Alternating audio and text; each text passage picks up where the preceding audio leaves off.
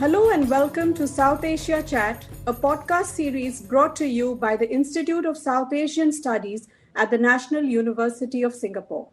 I'm your host, Nithya Subramanian, and editor at the Institute. The recently concluded US elections has been a tight one, with former Vice President and Democrat Joe Biden emerging winner. In another first, a woman who is of color and part Indian descent, Kamala Harris, is Vice President-elect. So what can South Asia expect from the newly elected president? To discuss more on the Biden Presidency and South Asia, we have with us Professor C Raja Mohan, Director of ISAS. Thank you, Professor, for joining us today. Great to be here, Nithya. So let me start by asking you that this has been a very tight US election where Joe Biden emerged as a winner after 5 days since voting concluded. And President Trump has so far not yet conceded. His campaign team is plowing forward with legal action. The elections have also shown a high level of polarization of the country. What are some of your thoughts on these elections? Yes, I think you mentioned polarization. It's been a pretty divided country. And the election has actually proven how deeply divided it is, because there were expectations, including some opinion polls, which seem to suggest it'll be a slam dunk for the Democrats, and the Republicans and the president will be routed. Instead of that, what we've seen is the president has got almost 48% of the vote. And just as he won with a narrow margin in 2016, he's also losing by a narrow margin in this few battleground states. So it's doubly contested. I mean, both in terms of the narrowness of the margins in the specific states, and as well as the outcome, the consequences of that outcome. Now, I think President Trump has the option to contest. I mean, I think we remember back in 2000 when Al Gore, the Democrat, got more popular vote than George W. Bush, and there was a dispute over the result of one state, that was Florida. So the court case went on right to the Supreme Court. In this case, I think Trump has got the right to raise questions and pursue whatever legal options he has. Of course, that's not making him look gracious, but that is true. But I think legally speaking, I think he has the option to do it. But the fact is, I think looks like the case his lawyers have made so far, at least that's the reports we see, are not really credible, and it's unlikely to have a consequence in terms of the actual outcome. So therefore, my sense is it's a matter of time, because on December 14th, the Electoral College will meet and declare the winner. And after that, it's really curtains for President Trump. Interesting. So we will have to wait till December to get the final outcome. But another first is the country electing a woman vice president who happens to be a person of color and of Indian descent. Do you think this would have the potential to change the Indian engagement with America, as well as the US's responses to issues in India? Also, what bearing would her being the vice president have on the Indian diaspora in the US, especially with regard to immigration and H-1B visas? Look, I think it's a moment of pride, certainly for India. But look, the election was not about India. I think Kamala Harris is a politician. She's already been a senator for a long time. So therefore, we must treat her as an American politician, not as her Indian descent is of interest, is a matter for celebration to the Indian diaspora. As far as Delhi is concerned and the Indian government is concerned, she's an American. And I don't think we should, confuse or conflate the two issues. That what it shows us is that, look, one, how well the Indian diaspora has done. So for the diaspora, which lives there, a lot of them are citizens and they vote. So for them, it is really a great advance in terms of their political profile in the United States. That doesn't automatically translate into specific gains for India. So I think that is separate. But the real significance about her victory is not about India or Indian diaspora. It is the fact that a woman has actually become the vice president. This has never happened before. And that itself, I think, makes Kamala Harris a historic personality in the history of the US evolution. And the fact that Joe Biden is really getting on in years, that she's really a heartbeat away from the presidency, that could actually make her God forbid, something happens to Biden, she could be the president. So I think the possibilities, I think what for women in the US who've been consistently denied their right, we saw what happened to Hillary Clinton, and many times before, most of them would not even get a nomination, forget getting elected. So I think it's a great moment for women in the United States. Second, I think it's also that she's a person of color is equally important. But then we've had a person of color as president in before. So I would say it's really the most important aspect of success is that she's a woman and that she's on track. She could contest for presidency. Biden is a one-term president. So I think this really cracks the glass ceiling against women in the United States.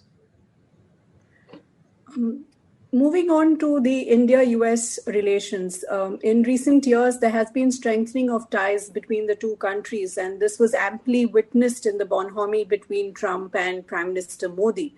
So now what lies ahead for the two countries? No, I would say, look, if you look at the last nearly 40 years, the India-US relationship has consistently grown. Going back to Ronald Reagan, who was elected in 1980, became president in 1981. It's been a consistent improvement in the last 40 years. But of course, after the Cold War, which came to an end in 89, 91, then the pace of improvement further picked up under President Clinton. Then we saw President George Bush, W. Bush, and then we saw Obama, and now Trump. So we've seen each one of them pushing the relationship further, and there is today much greater depth to the relationship in terms of trade, in terms of security cooperation, in terms of the whole range of things we do. I'm not even talking about the diaspora, which has really grown very significantly over the last 4 decades. So the relationship is in good state. But if you read the Indian debate, of course, you have a sense that somehow, because Prime Minister Modi was seen as so close to Trump, would it be a problem with President Biden? So I don't think this is about personalities. This is about personal preferences. That Biden, in his outreach to the Indian community, has repeatedly said that he wants to consolidate and advance the relationship with India. And don't forget, he was the vice president under Obama. And that was a period when we saw the relationship grow. And before that, he was the chair of the Senate Foreign Relations Committee, and he contributed in a significant way to the advance of the India-US relationship. That doesn't mean there won't be any issues. Like Trump, we are significantly expanding cooperation, including in the security domain. But the trade disputes became very central to the relationship. Now, some of those issues are going to carry on in the Biden presidency. That the US case for opening the Indian market has been an old one, and we must expect that President Biden will push that. Then India will have concerns whether Biden is going to warm up to China. Would that be a problem? That Indians would worry about that. Meanwhile, Biden has talked about making climate change a big issue.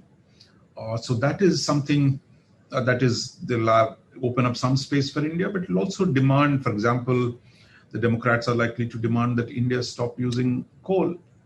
Is that something India can do? So I think there will be new issues, but those issues are being dealt with in the context of a relationship that is stable, expanding, and there's far more dimensions to it today than before. Also, just a few weeks before the elections, the US Secretary of State Mike Pompeo visited various countries in the subcontinent. And this has been viewed by many as an anti-China roadshow. How do you think the Biden administration will address the increased Chinese dominance in the subcontinent? And what will India's role be in the present geopolitical context as it pushes for a rules-based order under the Indo-Pacific construct? Look, I think we've seen in the last 4 years the deterioration of the US-China relationship. We've also seen a crisis-like situation in the India-China relationship. And that has provided a background in which India and the US today are cooperating a lot more on security and defense, for example. Now, whatever position Biden takes on China, there are some uncertainties about it. But the fact is, it was Biden and Obama who talked about a pivot to Asia. In fact, many of the things we did under Trump were initiatives that actually started under Obama-Biden administration. So my sense is, while there will be change of style, change of issues vis-a-vis China, I don't see that undermining India-US relationship, because there is an independent motor that is driving India-US relationship. But on the security side, there's surely there would be the Democrats have never opposed India-US defense cooperation. In fact, they wanted to do a lot more things. It was Delhi, it was the UPA government that did not want to do too many things with the Americans. But today we are in a new situation. So I don't think anyone in Delhi is losing sleep over how Biden might deal with China. And I think India will deal with the issues as they come. And I think there are a lot of areas. For example, Biden is talking about democracies getting together. He's talked about the allies working together to deal with China. But on trade, on climate change, on those kind of issues, I think India will have to show a lot more creativity in reducing the likely friction with the US. Some of it already exists, and some of it could get worse. Also, another important issue in South Asia is the withdrawal of troops from Afghanistan. How do you think this will progress, and what role do you think Pakistan will play in this withdrawal? Do you think there will be a strengthening of US-Pakistan relations? And if yes, would the US need to balance its relationship with India, which is very critical to its response to China? Look, I think the Pakistan issue is always of concern to India, but my sense is, India can't expect that the US will not have any relationship with Pakistan. Even the Trump administration, where President Trump began by really threatening Pakistan, but in the end, he's also, he hosted Imran Khan, wanted to improve relationship. And as the US looks at the situation in Afghanistan, they want to leave. I mean, it's now 20 years. And I don't think Biden is going to change that decision, saying, look, let's stay for a few more years and fight the Taliban. So I think the direction of American withdrawal is set, which means they will need some help, some cooperation from Pakistan. But my sense is, as the US presence declines in Afghanistan, their dependence on Pakistan will also reduce. It's a big difference when US had 140,000 troops in Afghanistan, and all the supplies had to go through Pakistan. That was almost 10 years ago. But today, less troops means less dependence on Pakistan. And Pakistan's leverage in Washington has diminished because its economy is in a bad shape. It's unable to get American support to lift the terror-related sanctions. And meanwhile, Pakistan has also moved closer to to China. So, and when US-China relationship are in a complicated phase, that also reduces the enthusiasm for Pakistan in Washington.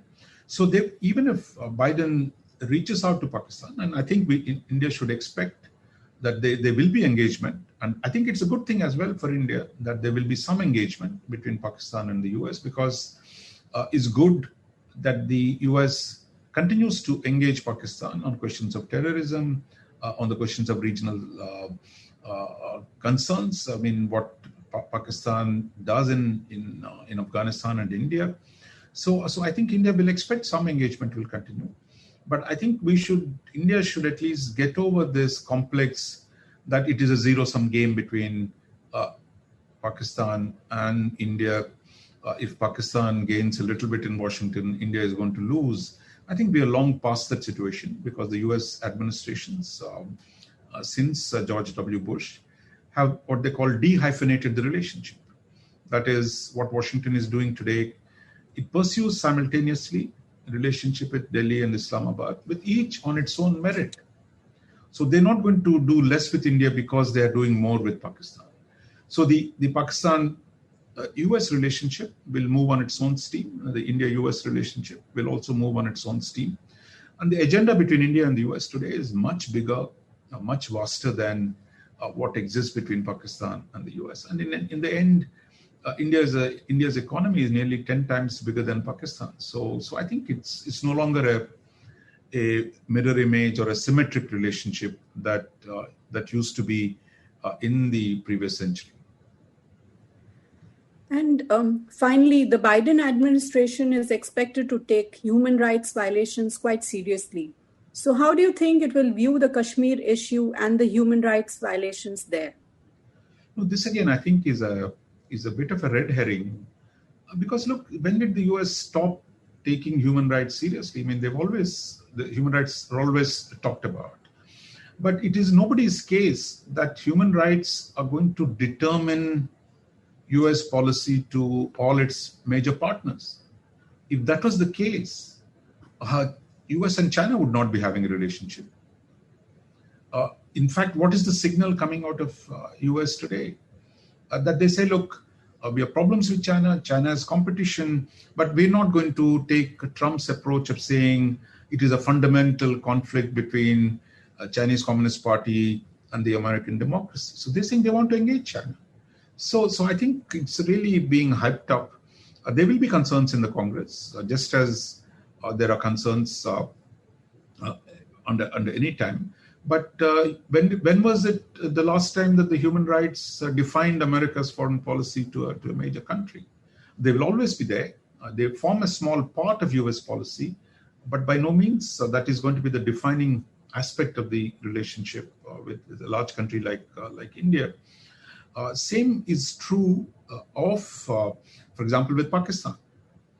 There are a whole lot of issues that the US is not conditioning its relationship with Pakistan to the domestic politics of Pakistan or a range of issues, or with Sri Lanka, with a whole lot of countries. So they will raise some concerns across the region, but there is economic interests, there is security interests. So it's a combination of all these factors rather than just one factor that is going to define the US relationship with India or South Asia under the Biden administration.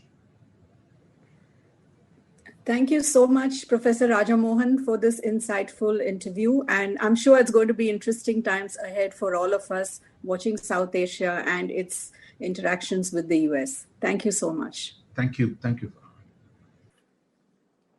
You were listening to South Asia Chat. To learn more about our work, visit us at isas.nus.edu.sg.